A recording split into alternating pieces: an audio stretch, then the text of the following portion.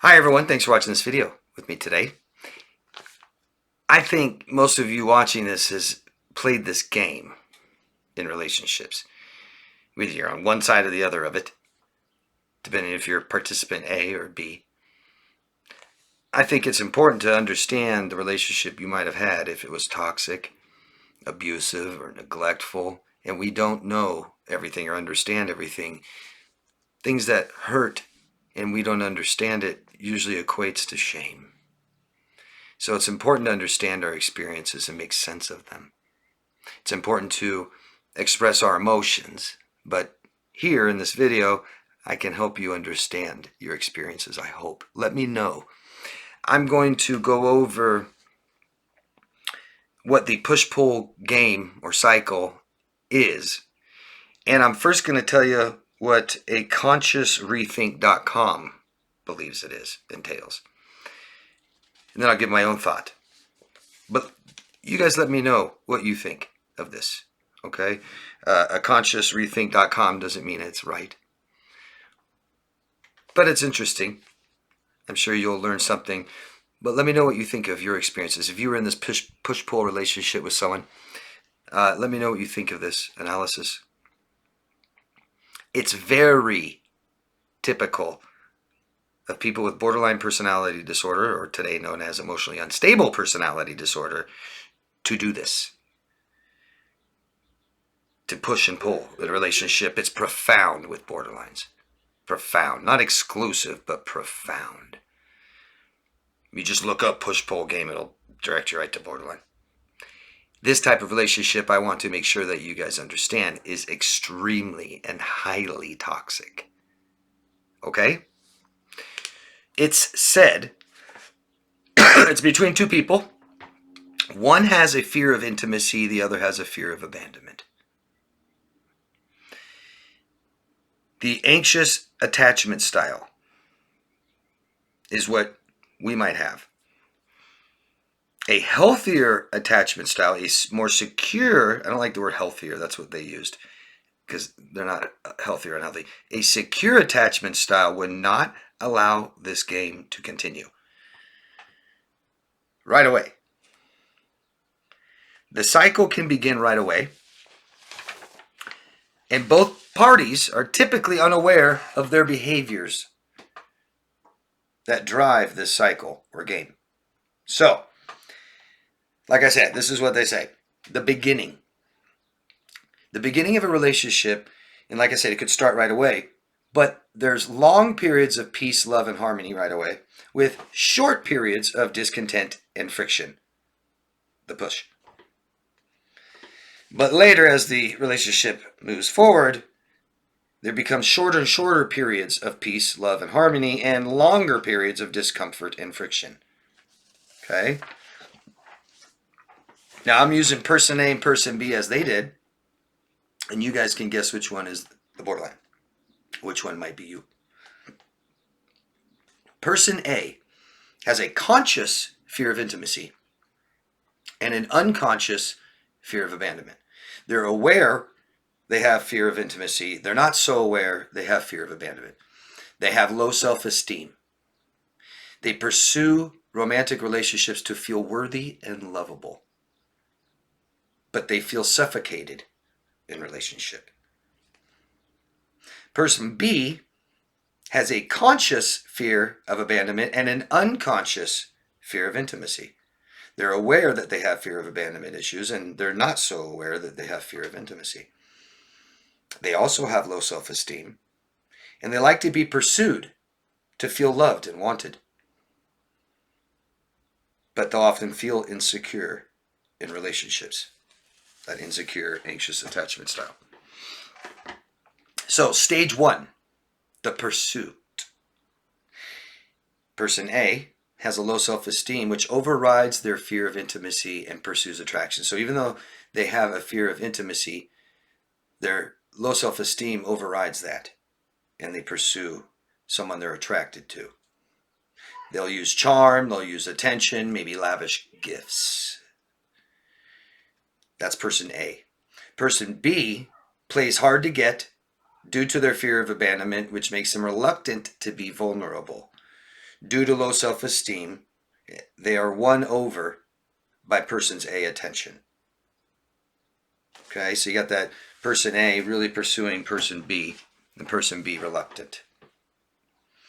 Stage 2 is called bliss. Things go well. Both are excited and enjoy each other, enjoy the relationship. Time together increases and there may be physical intimacy. That's one of the ways it goes wrong.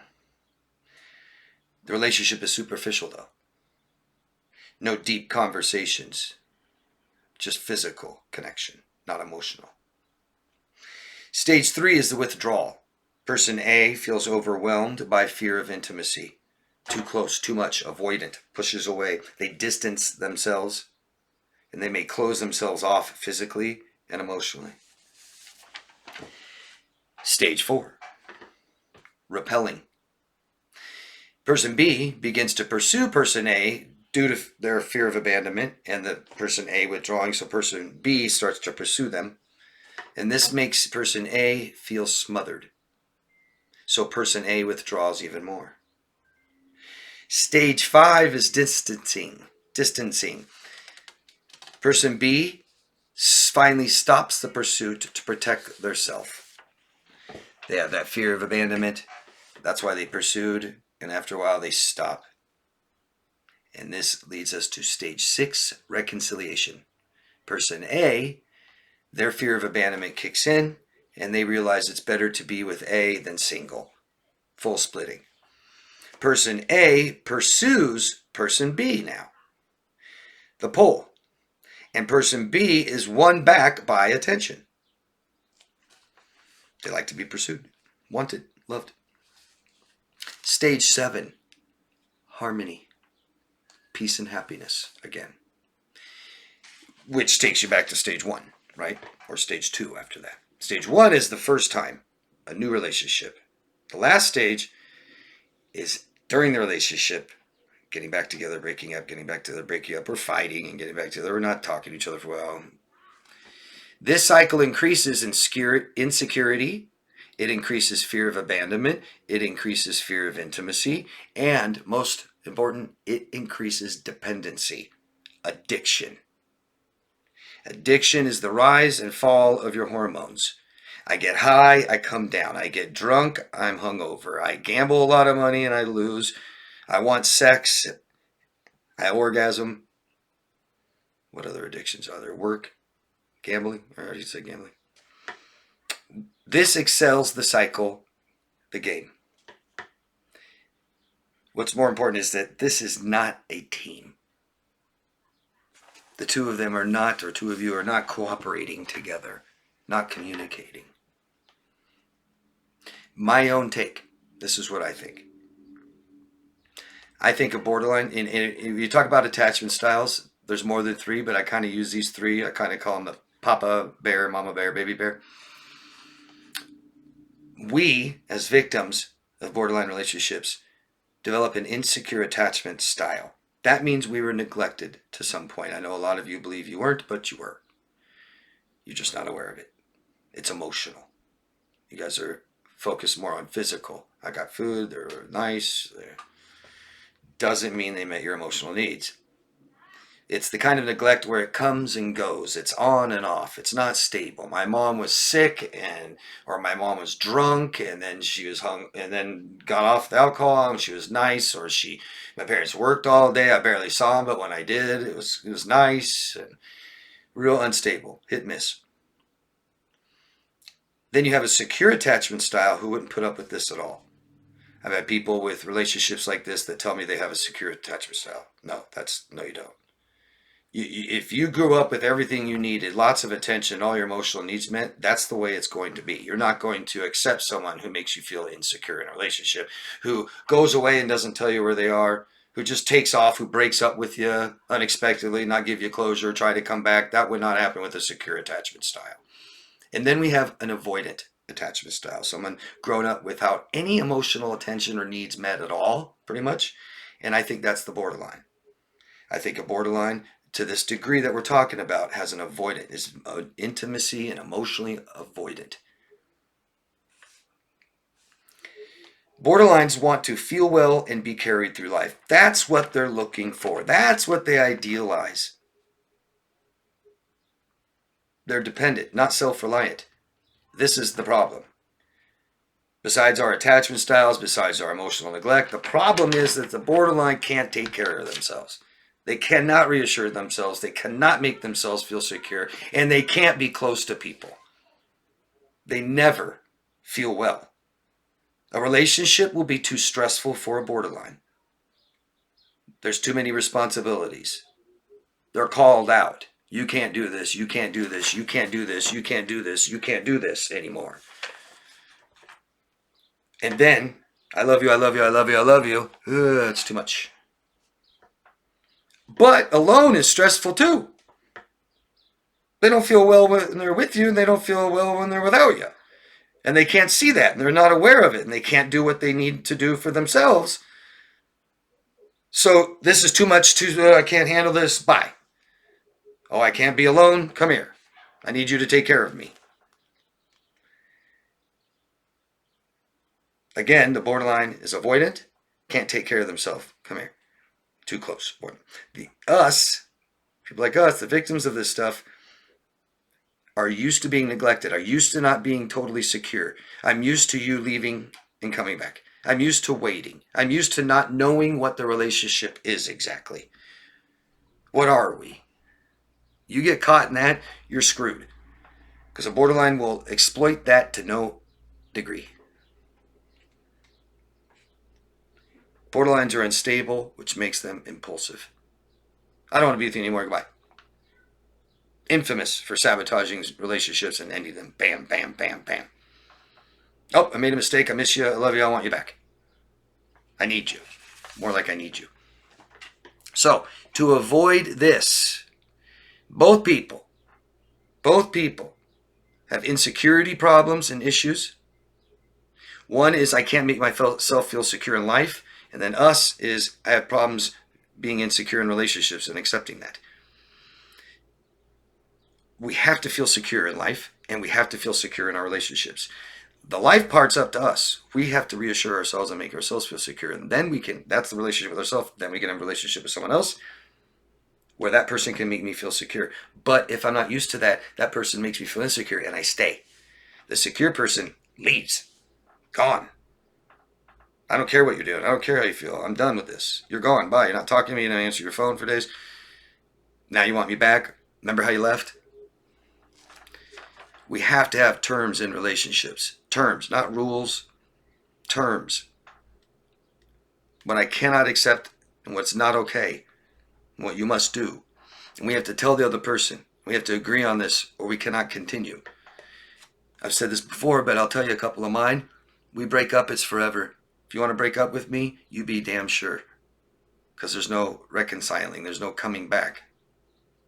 That's it. Because I have a secure attachment style. I used to have insecure. I used to put up with that crap. I put up that crap in my 20s and 30s a little bit. But reassuring myself and forcing secure relationships made me have a secure attachment style. I can never accept this. Never. I've used the analogy of petting a cat from head to tail. Someone comes and pets me from tail to head. Nope. Another term I have is we never get back together. Problems, and this is just a golden rule. Problems in relationships are fixed or it ends. We don't take breaks. We don't break up for a while. We don't just want to be by myself for a while. I understand if you don't want to talk to me for a couple of days, you better tell me. If you just go silent, I'm gone. If you want a couple of days off to not talk to me, tell me. I'm okay with that. At least I know. But if we don't fix this problem, if you can't be reassured in this relationship, if I can't stop feeling insecure, you can't reassure me, it's over. Over. Boom. Gone. Done. It's about security. Most important. Another rule I have is never threaten. If an option for every problem we have and everything I do and everything that I want you to do or not do, if it always comes, well, we can break up, well, then we will. Because if I'm going to be with you, I'm going to be with you forever. Okay? And if that relationship falls apart, we arrive at that conclusion together and walk separate ways.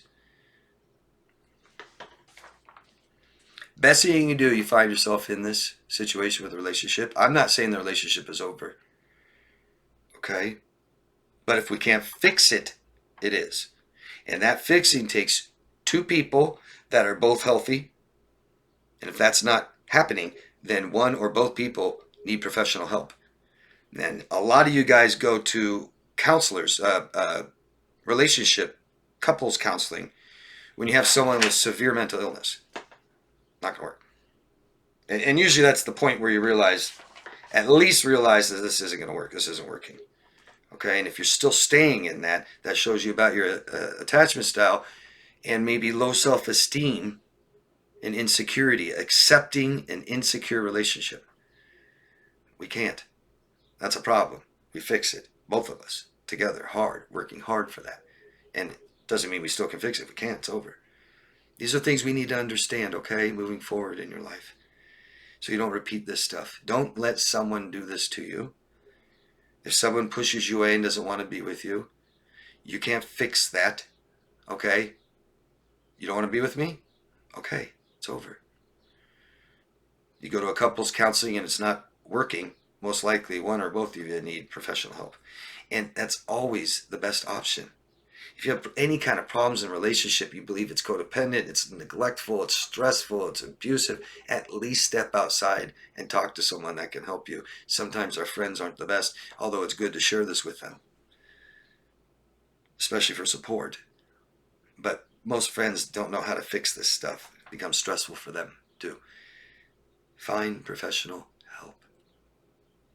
We can make our own self-esteem rise, so we don't fall victim to this stuff. We force secure attachments. That means we do not stay in a relationship where we're not secure. Try to fix it. Can't. It's over. That's how I became having more of a secure attachment style. In the last over a decade now, I've dated people and I've said stuff like, hey, you stop talking to me. You just go radio silent. It's over. And I've stuck to it and it wasn't hard. Where I wouldn't have done that 20 years ago. And now I've formed a secure attachment style. They can change. And even though they may not be healthy or unhealthy or bad or good, the secure relationships is what we need. We need it with ourselves and with other people. Okay? This is a nasty, nasty trap that you can fall into. And we need to be healthy people, so that we find healthy people, so that we have healthy relationships, okay? Let me know what you guys think of what I read, my own opinion. And if you feel comfortable, share your own experiences. It's so beneficial to the hundreds of people that watch. They may not say anything, but I know they like going down. They tell me they like going down and reading your examples, okay? Thank you a lot, guys. And ask me any questions you want. Share this video, like it if you like it, and subscribe to the channel if you haven't already. I appreciate you. Love yourself first, guys, okay? Thank you. Bye-bye.